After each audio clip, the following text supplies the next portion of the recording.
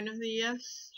Esta es una presentación elaborada por la profesora María Cecilia Fonseca Sardi, que es la actual coordinadora de la especialización en gerencia de instituciones educativas, una profesora de mucha experiencia en la Universidad Metropolitana. En esta presentación encontraremos lo referente a la clasificación de web educativas. La profesora Fonseca se basa en un material elaborado por el profesor Pérez Márquez de la Universidad Autónoma de Barcelona hace bastantes años atrás, pero que sigue siendo muy vigente. Y bueno, verán que tal como está hecha la clasificación, pues se puede continuar utilizando sin ningún problema. Bien, ¿cómo definimos un sitio web educativo? Podríamos hablar de que son páginas interrelacionadas con enlaces hipertextuales para presentar información, distribuir material, instruir sobre un tema o facilitar el aprendizaje. Si vemos la definición completa elaborada por el profesor Pérez Márquez, vemos lo siguiente: es un conjunto de páginas web interrelacionadas mediante enlaces hipertextuales o programas al efecto, elaboradas por una persona, colectivo o empresa y que tienen como propósito presentar información sobre varios temas, distribuir material, instruir sobre un tema determinado y o facilitar el aprendizaje a los usuarios. Como ven, esa definición se realizó en el año 1999, pero sigue muy vigente. ¿Qué es un sitio web educativo? Un sitio web educativo no es más que los espacios o páginas en la web que ofrecen información, recursos o materiales relacionados con el campo o ámbito de la educación. Bien, comencemos nuestra clasificación entonces siguiéndonos por los criterios elaborados por el profesor Pérez Márquez. En primer lugar, hablaremos de las web institucionales. Son aquellos sitios web de una institución, grupo, asociación o empresa relacionada con la educación. Ofrece fundamentalmente información sobre la naturaleza, actividades, organigramas, servicios o recursos que ofrece una institución, colectivo o empresa. Pueden ser de naturaleza formativa o de naturaleza informativa. Cuando hablamos de naturaleza formativa, estamos hablando de todos los espacios que permiten gestionar los momentos de aprendizaje, de los procesos de enseñanza-aprendizaje, ¿verdad? Y cuando hablamos de naturaleza informativa, son aquellos espacios en los cuales se maneja toda la información acerca de la organización. Allí tienen algunos ejemplos de ellos: la Universidad de los Andes, la Universidad Metropolitana, el Ministerio de la Educación, etc. Seguimos. En segundo lugar, tenemos los web de recursos y bases de datos educativos. Son aquellos que proporcionan al usuario datos en forma de enlaces, documentos, direcciones, recursos, software, y estos están clasificados según algún criterio. Allí tienen algunos ejemplos interesantes. De allí particularmente recomiendo, en cuanto a web de recursos educativos, Eduteca, es una enciclopedia fabulosa. Profesor en línea también, EducaWeb. Bien. En cuanto a entornos de teleformación e intranet educativas, son aquellos que ofrecen un entorno o escenario virtual restringido, normalmente con contraseña para el usuario, para poder entrar al espacio, y suelen ser sitios dedicados a la teleformación o educación a distancia. Empleados los recursos de internet son las muy conocidas plataformas, ¿verdad? Allí tenemos algunos espacios abiertos en donde simplemente con registrarnos podríamos entrar, a excepción de Platoon, que es la plataforma particular de la UNIMED, que esa sí es privada, pero de resto los demás proporcionan.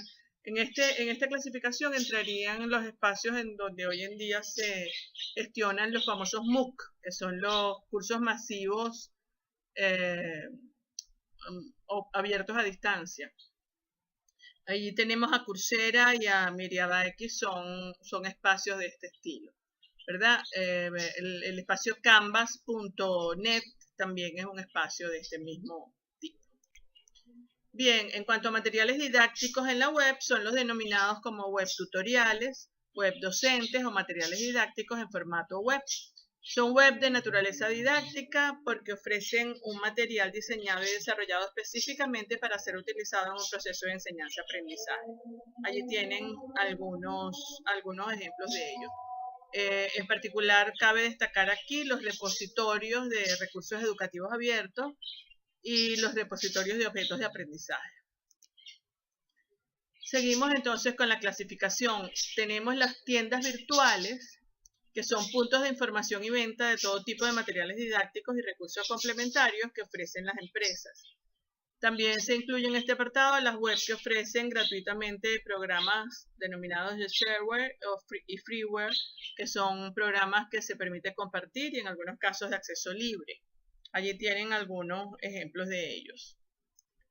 En cuanto a los entornos tutorizados de teleformación y asesoramiento, estos son aquellos que cuentan con un sistema de teleinformación que permite el desarrollo de un amplio tipo de actividades de enseñanza-aprendizaje, como clases virtuales, tutoriales personalizados, etc. En cuanto a materiales didácticos online, son materiales diseñados para Internet con una intencionalidad instructiva. Documentos informativos, ejercicios, simulaciones entran dentro de esta clasificación. Existen varios tipos, lo que se conocen como las web hipertextuales, las web de alta interactividad, los navegadores temáticos o protegidos.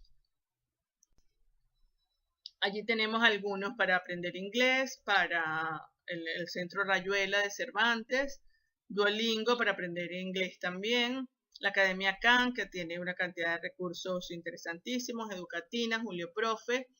Así como estos vamos a encontrar muchísimos en la web. Las web temáticas no tienen intencionalidad instructiva, pero proporcionan información sobre determinadas temáticas que pueden resultar muy valiosas y de interés educativo para algunos colectivos. Allí tienen algunos interesantes. Prensa electrónica. Estos simulan el periódico, la revista y otro tipo de publicación convencional. ¿Por qué hablamos de que la prensa electrónica puede ser una web educativa? Porque definitivamente las noticias y lo que se publica en la prensa electrónica puede ser de mucho interés para el proceso educativo. Además, hay específicamente periódicos, revistas, etcétera, que están dedicados al tema educativo en particular.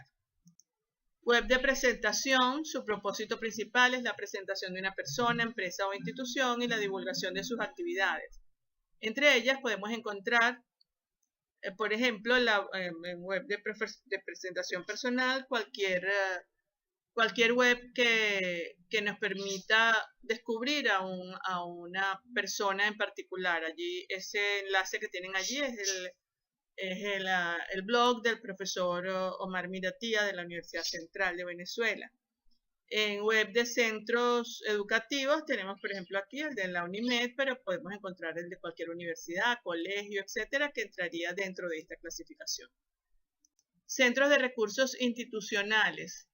Además de presentar a la institución e informar de sus actividades, suelen actuar como centro de recursos e incluyen páginas temáticas y recursos de interés para las personas relacionadas con ella, espacios para profesores, espacios para estudiantes, etc. Allí tenemos algunos ejemplos de ello. Índices y buscadores de recursos son espacios que facilitan la localización de libros, artículos, etc. Deben disponer de unos índices muy completos y bien estructurados, además de un motor de búsqueda. En particular resaltan allí todos los buscadores de las bibliotecas, las bases de datos educativas, etc. Finalmente, hablaremos entonces de los entornos de comunicación interpersonal. En este caso, el propósito es poner en contacto a personas que tengan intereses comunes, de manera que puedan intercambiar información. Las diferentes redes sociales son ejemplos de este tipo de sitios educativos. Tenemos, por ejemplo, el Twitter, Instagram, Facebook, etc. Son un ejemplo particular de lo que son los entornos de comunicación interpersonal y que hoy en día pues se están utilizando realmente de una manera muy amplia.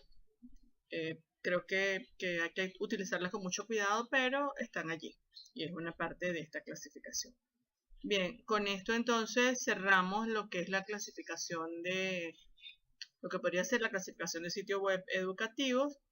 Espero que este material pues les sirva de referencia al momento de poder hacer la selección de los criterios para la evaluación de sitios web educativos. Muchísimas gracias.